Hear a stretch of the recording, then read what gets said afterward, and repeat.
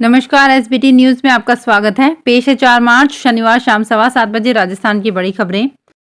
केंद्रीय जल शक्ति मंत्री गजेंद्र सिंह शेखावत मुख्यमंत्री अशोक गहलोत के खिलाफ मानहानि का दावा किया है।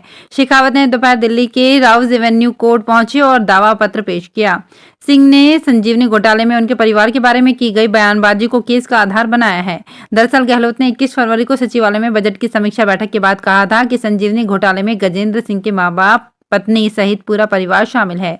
वहीं इस मामले में गहलोत ने भी गजेंद्र सिंह पर पलटवार किया है।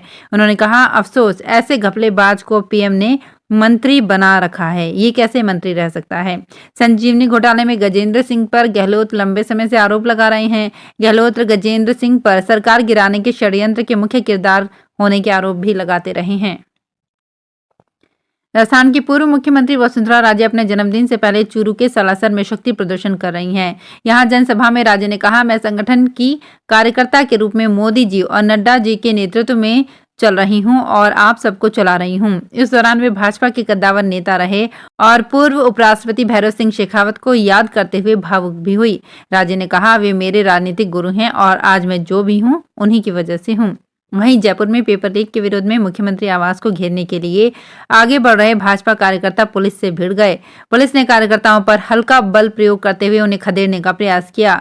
वहीं वाटर कैनन का भी इस्तेमाल किया गया है, जहां भाजपा प्रदेश अध्यक्ष सतीश पूनिया सहित कई बड़े नेता मौजूद रहे। 4 दिन पहले केंद्रीय मौसम विभाग ने राजस्थान समेत मध्य भारत में तेज गर्मी पड़ने और बारिश कम होने का अनुमान जताया था, जो मार्च के पहले ही सप्ताह में फेल साबित होता दिख रहा है।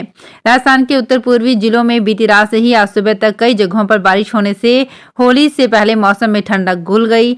जयपुर, बीकानेर, भरतपुर, अजमेर संभाग के कई जिलों में आज सुबह से आसमान में बादल छाए हुए हैं। आज शाम तक इन संभाग के जिलों में रुक रुक कर बारिश होने की संभावना जताई गई है। मौसम केंद्र जयपुर और जल संसाधन विभाग से जारी रिपोर्ट देखें तो बीती रात से आज सुबह तक जयपुर, बीकानेर, सीकर, चूरू, अजमेर, नागौर, टोंक और बूंदी में कई जगहों पर हल्की स्पीड की हवाओं के साथ 1 से लेकर 5 मिमी तक बारिश हुई। भारतीय जनता पार्टी की ओर से आयोजित विरोध प्रदर्शन के लिए प्रदेश भर से कार्यकर्ता जयपुर पहुंचे। राजस्थान में पेपर लीक और बढ़ती बेरोजगारी के खिलाफ आज भारतीय जनता युवा मोर्चा की ओर से सरकार के खिलाफ विरोध प्रदर्शन किया गया। इस दौरान सीएम हाउस के लिए निकले बीजेपी नेताओं और कार्यकर्ताओं को पुलिस ने सिविल लाइंस फाटक के पास ही रोक लिया। बीजेपी कार्यकर्ताओं और पुलिस में धक्का मुक्की हुई। इस दौरान भीड़ को काबू करने के लिए पुलिस को वाटर कैनन चलानी पड़ी। अजमेर के प्रभारी मंत्री महेंद्र जीत सिंह मालवीय ने कहा कि कांग्रेस सरकार ने अपने कार्यकाल में हर क्षेत्र में प्रदेश का विकास किया है। सरकार की ओर से पेश किए गए बजट में हर वर्ग का ध्यान रखा गया है। इस दौरान उन्होंने भाजपा कार्यकाल व कांग्रेस सरकार के कार्यकाल की तुलना करते हुए कांग्रेस के कार्यकाल को बेहतर बताया। उन्होंने कहा कि आज कांग्रेस का कोई विरोधी नहीं है और ऐसे में कांग्रेस सरकार फिर से बनेगी। अशोक गहलोत चौथी बार मुख्यमंत्री होंगे। देश में सबसे पहले भले ही मुंबई से अहमदाबाद के बीच हाई स्पीड वाली बुलेट ट्रेन चलाने की योजना हो, लेकिन ये ट्रेन सबसे पहले राजस्थान की पटरियों पर दौड़ेगी। इस ट्रेन का टेस्ट प्रदेश की पटरियों पर ही होगा। रेलवे के अनुसार बुलेट ट्रेन के टेस्ट के लिए फुलेरा में टेस्ट ट्रैक बनाया जा रहा है। यहां पर बुलेट ट्रेन का संचालन से पहले परीक्षण किया जाएगा। ऐसे में जाहिर है कि रेलवे को राजस्थान में भी बुलेट ट्रेन के दौड़ने लायक नई पटरियां मिल जाएंगी। राजस्थान में चुनावी वर्ष के दौरान आरक्षण का जिन फिर से बाहर निकल गया है। ओबीसी आरक्षण को बढ़ाकर 27% करने की मांग तो प्रदेश में लंबे समय से उठ रही है।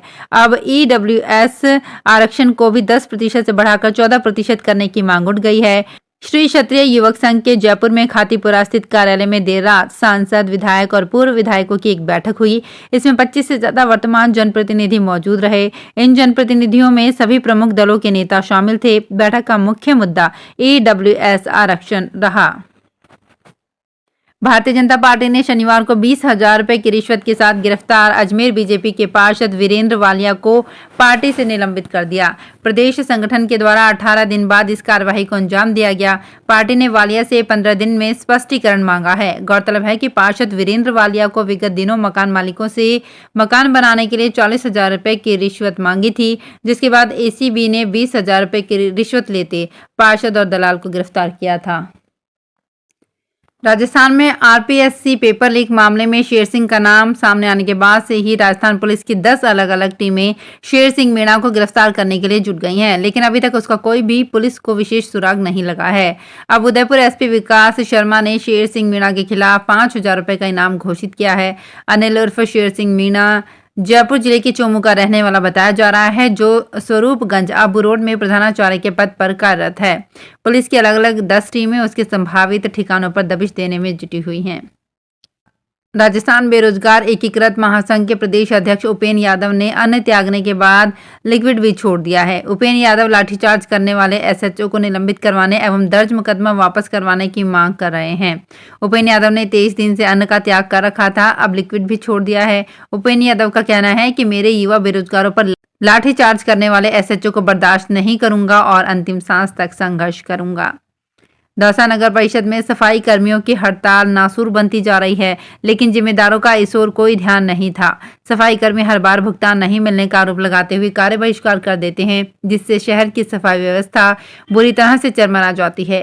हालांकि नगर परिषद के अधिकारी सफाई व्यवस्था दुरुस्त करने को लेकर बड़े बड़े दावे तो करते हैं, लेकिन धरातल पर स्थिति बदतर बनी हुई है।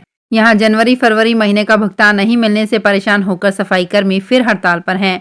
शहर में कई दिन से लगातार सफाई नहीं होने से शहर में जगह जगह कचरे के ढेर लगे हुए हैं। राजस्थान में घरों से बाहर रहकर काम करने वाले लोग शनिवार को घरों से निकले तो ट्रेनों और बसों में भीड़ बढ़ गई। रेलवे स्टेशन से लेकर बस डिपो पर दिन भर भीड़भाड़ का आलम नजर आया। वाहनों में जबरदस्त भीड़ के चलते यात्रियों को खड़े होकर यात्रा करनी पड़ती है। हालांकि रेलवे ने 30 से अधिक ट्रेनों में डिब्बे बढ़ाकर यात्रियों को राहत देने का प्रयास किया, लेकिन रेलवे की ये तैयारी नाकाफी साबित हुई।